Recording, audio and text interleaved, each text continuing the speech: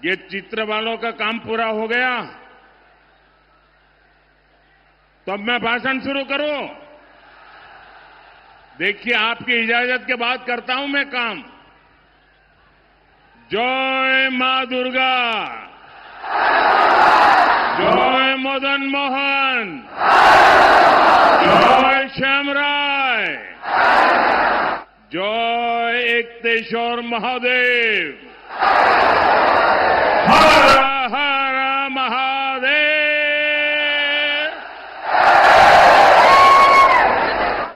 आपनादेर सबाईके शुभो नववर्षो जानाई।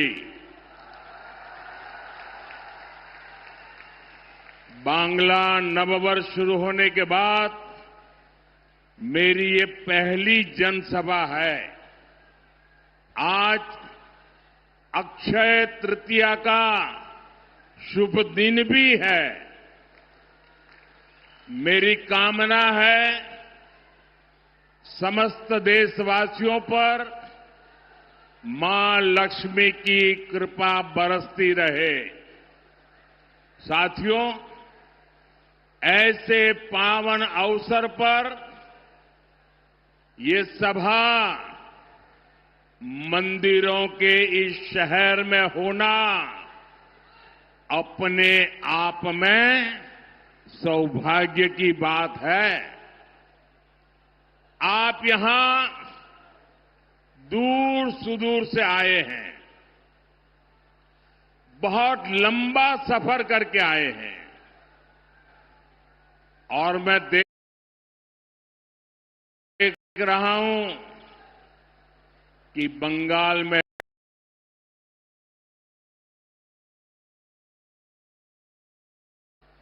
बंगाल में जहां भी जाता हूं, हर जनसभा पहले से ज्यादा बड़ी होती जा रही है। सारे पुराने रिकॉर्ड टूट रहे हैं। मुझे बताया गया 2-2, 3-3 घंटे से लोग बैठे हैं। ये सुबह का समय है और मैं देख रहा हूं धूप में कितने लोग खड़े हैं। उधर हेलीपैड पर मैं कल्पना नहीं कर सकता हूं ये माहौल, ये प्यार, ये उत्साह, ये उमंग, ये निर्मम सरकार के प्रति गुस्से का भी प्रतीक है।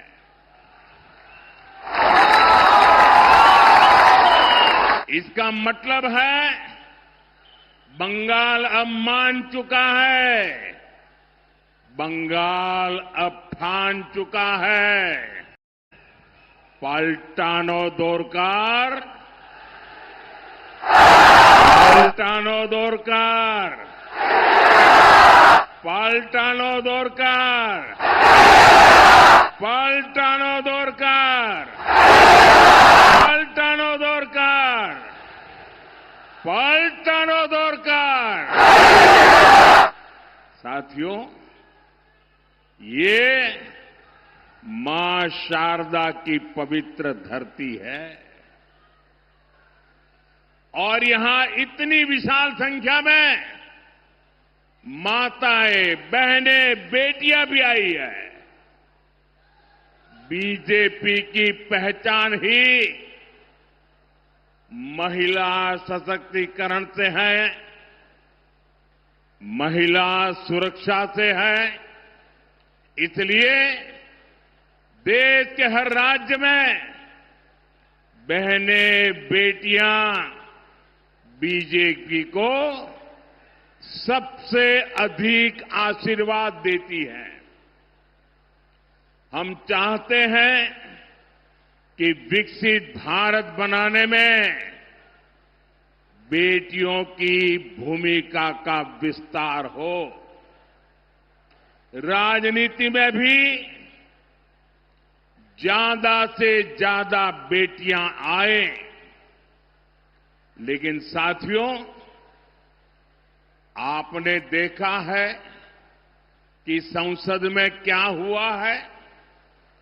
टीएमसी ने बंगाल की बहनों के साथ एक और धोखा दिया है। बंगाल की बहनें चाहती थी कि उनको 33% आरक्षण मिले। मोदी ने ये सुनिश्चित किया। बंगाल की बहनें चाहती थी कि ये 2029 से ही लागू हो। मोदी ने इसके लिए भी प्रयास किया, लेकिन टीएमसी नहीं चाहती थी कि बंगाल की बेटियां ज्यादा संख्या में एमएलए बने, ज्यादा संख्या में एमपी बने, क्योंकि बंगाल की बेटियां इनके महाजंगल राज को चुनौती दे रही है। इसलिए टीएमसी ने कांग्रेस के साथ मिलकर साजिश रची और इन्होंने महिलाओं के लिए 33% सीट सुरक्षित रखने का कानून नहीं बनने दिया।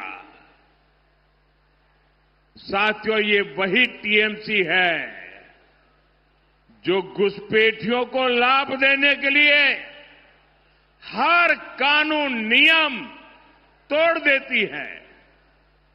ये वही टीएमसी है जो धर्म के आधार पर आरक्षण देने में जुटी है, संविधान की भावनाओं का गला घूंटने में लगी हुई है।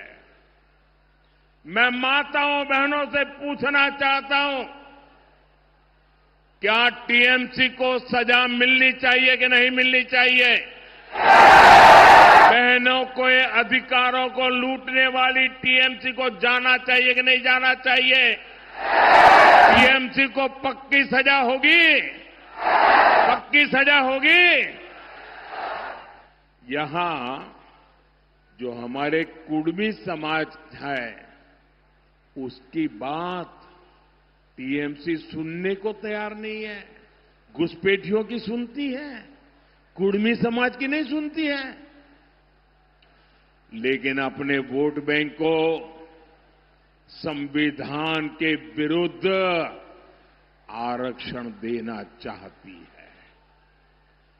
कोलकाता हाईकोर्ट बार बार कह रहा है ये नहीं चलेगा, लेकिन महाजंगल राज ऐसा है कि ये कोर्ट की भी नहीं सुनते।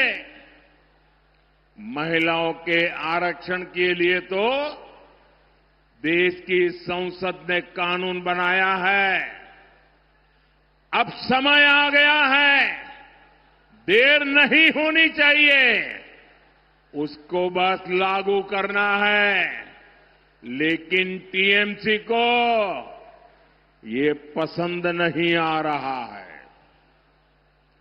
मैं बंगाल की हर बहन बेटी से कहूंगा, अब टीएमसी को सजा देनी है। अब टीएमसी को बड़ी सजा देनी है। महाजंगल राज को महासजा मिलनी चाहिए। साथियों, आदिवासी बहनों बेटियों से तो टीएमसी बहुत नफरत करती है। बीजेपी ने देश को पहली आदिवासी महिला राष्ट्रपति दी, क्योंकि हम आदिवासी समाज को सशक्त करना चाहते हैं। लेकिन टीएमसी ने आदिवासी बेटी के सामने अपना कैंडिडेट उतार दिया था। जैसे नेहरू जी ने बाबा साहब आंबेडकर को पराजित करने के लिए उम्मीदवार उतारे थे, वैसे ही कांग्रेस टीएमसी ने आदिवासी राष्ट्रपति को पराजित करने के लिए बहुत बड़ा खेल खेला था। यानी ये नहीं चाहते थे कि आदिवासी बेटी देश की राष्ट्रपति बने। साथियों, आज पूरी दुनिया राष्ट्रपति द्रौपदी मुर्मू जी का सम्मान करती है।